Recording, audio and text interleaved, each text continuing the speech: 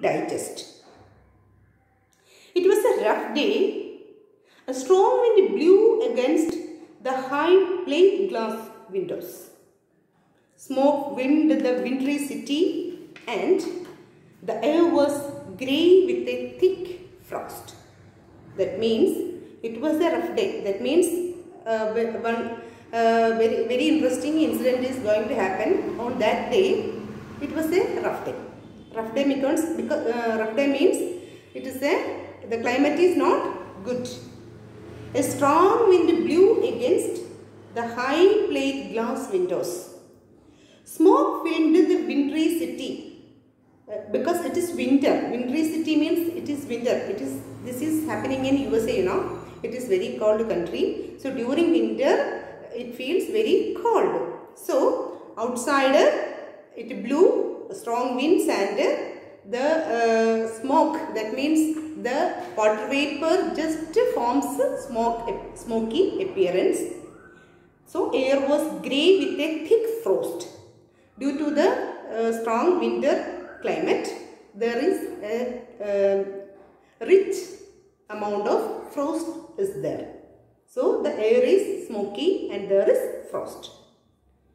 Having completed his usual task, Mr. Purcell again mounted the high stool and unfolded his morning paper. So on that rough day, in the morning routine he has already over. After that he just sit on his stool and started opening his newspaper. He adjusted his glasses and glanced at the day's headlines. Normally we will be getting a newspaper. First we will be going through the headlines. Just like that, Mr. Purcell also just started to go through the headlines. Chirping and squeaking and mewing vibrated all around him. Yet Mr. Purcell heard it no more than he would have heard the monotonous ticking of a familiar clock. So around him there are different kinds of noises made by these creatures, these pet animals. But he could not hear the sound of these creatures. He could hear only the sound of the ticking of the clock. There was a bell over the door that jingled whenever a customer entered. That means whenever a customer enters his shop, the customer will ring the bell, switch on the bell. This morning, however, for the first time, Mr. Purcell could recall it failed to ring. That means someone has entered the shop without ringing the bell. So this is the first time he could feel such an incident. So he simply glanced up and there was the stranger.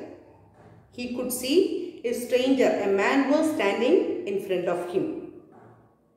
Standing just inside the door as if he had materialized out of thin air. That means normally a customer is coming into the shop and he will be ringing the bell. Mr. Purcell can understand. But this time whenever he glanced up, that means that he looked up, he will be able to see a man is materialized, means a man appeared in front of his shop just inside the door. The storekeeper slid off his stool. From the first instant he knew instinctively, unreasonably that the man hated him. So at first appearance itself, Mr. Purcell could understand that the stranger who has come to the shop didn't like Mr. Purcell. That man hated him, but out of habit he rubbed his hands briskly together, smiled and nodded. But he didn't mind his expression. But what did he do? He normally rubbed his hands and he just smiled and nodded, means just shook his head. Good morning, he beamed.